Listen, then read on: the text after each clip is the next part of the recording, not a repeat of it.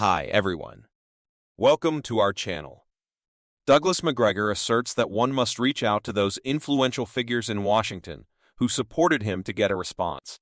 He emphasizes a historical perspective, drawing parallels to the challenges faced by the British in 1942 after continuous defeats by the Germans. Gregor likens the current situation to Churchill's approach, highlighting the importance of overall war trends in the context of the current conflict. He suggests that the Russians, despite a slow start, are strategically positioned where they want to be defending annexed territories and preparing for forthcoming major offensives in November and December. Similarly, the earlier 300,000-man mobilization is complete, with evidence indicating a potential increase to 1 million Russian troops in the field by January. Macgregor attributes this escalation to perceived threats and demands for surrender, asserting that Putin is unlikely to yield to such pressure on the initial question. It seems like a trial balloon, with Petraeus tasked to gauge the response from the American people and the provided material.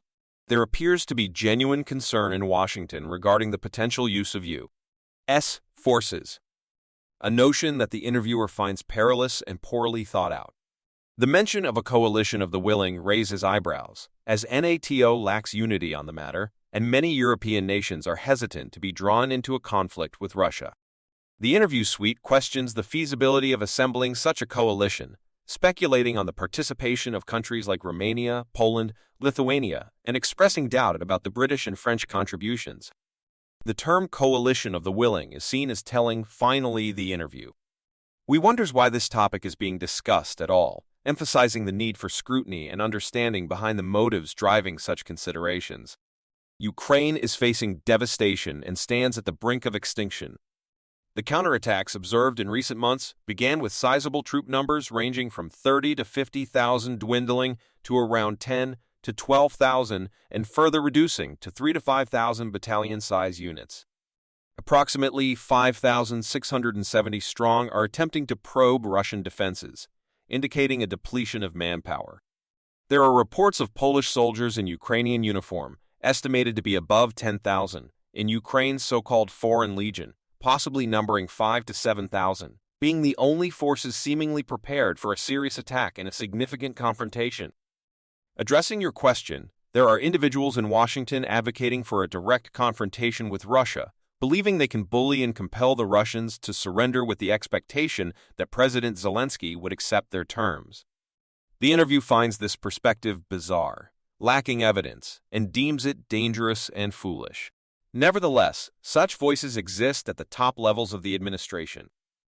According to the reports, there are approximately 5,000 individuals involved, consisting of a mix of light infantry and No. 60 aircraft. It's unclear if they have a battalion of A-64 attack helicopters accompanying them, but they are reportedly collaborating with Romanian forces, forming one component of the so-called Mission of the Willing, and the remainder of the division is stationed in Poland, several hundred miles to the north. There are speculations circulating on the internet, suggesting plans to fly into Odessa and establish a blocking position to impede Russian advancements. However, the interview expresses skepticism, finding it hard to believe the United States would make such a move considering Odessa's strategic importance to the Russians. Odessa, being a Russian city with a Russian-speaking population, is seen as a target for Russian forces, akin to the anticipated retaking of Kharkov. The interviewee doubts that intervening in Odessa would result in a positive outcome for the United States and its coalition, and hears a concern about the potential for heavy casualties, prompting the question of whether the U.S. would resort to nuclear weapons if faced with significant losses. The interviewee notes the absence of any indication of Russian interest in using nuclear weapons, and highlights the risk associated with the concept of limited nuclear war.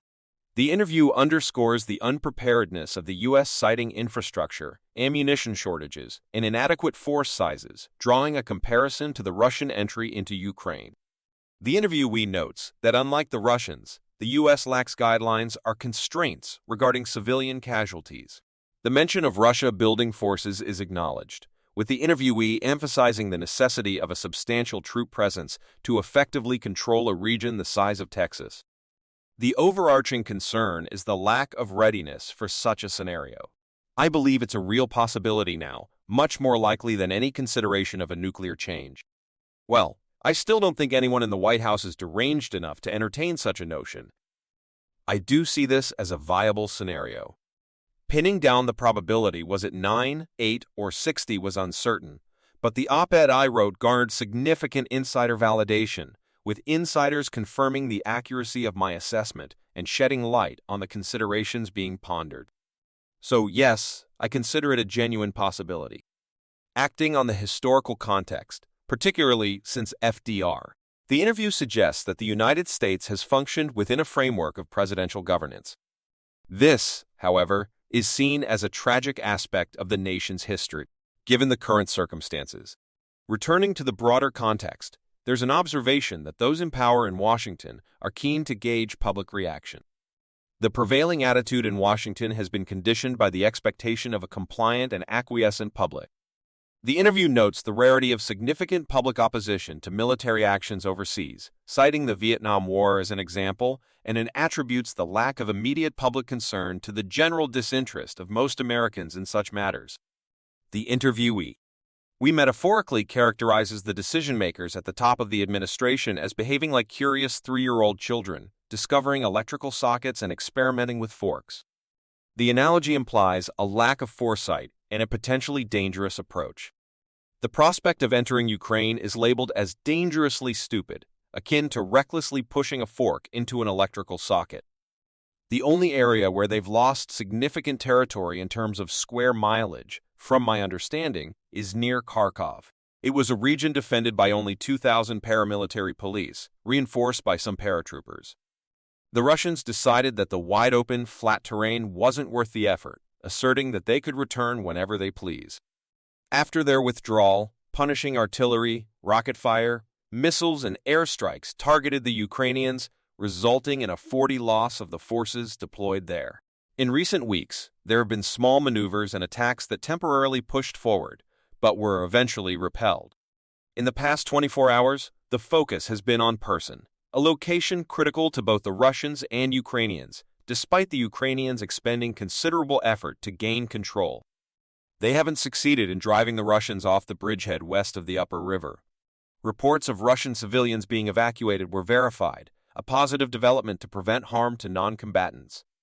However, there has been no massive withdrawal of Russian forces reported, and the interview suggests that any modest gains made by the Ukrainians have either been reversed or lack urgency.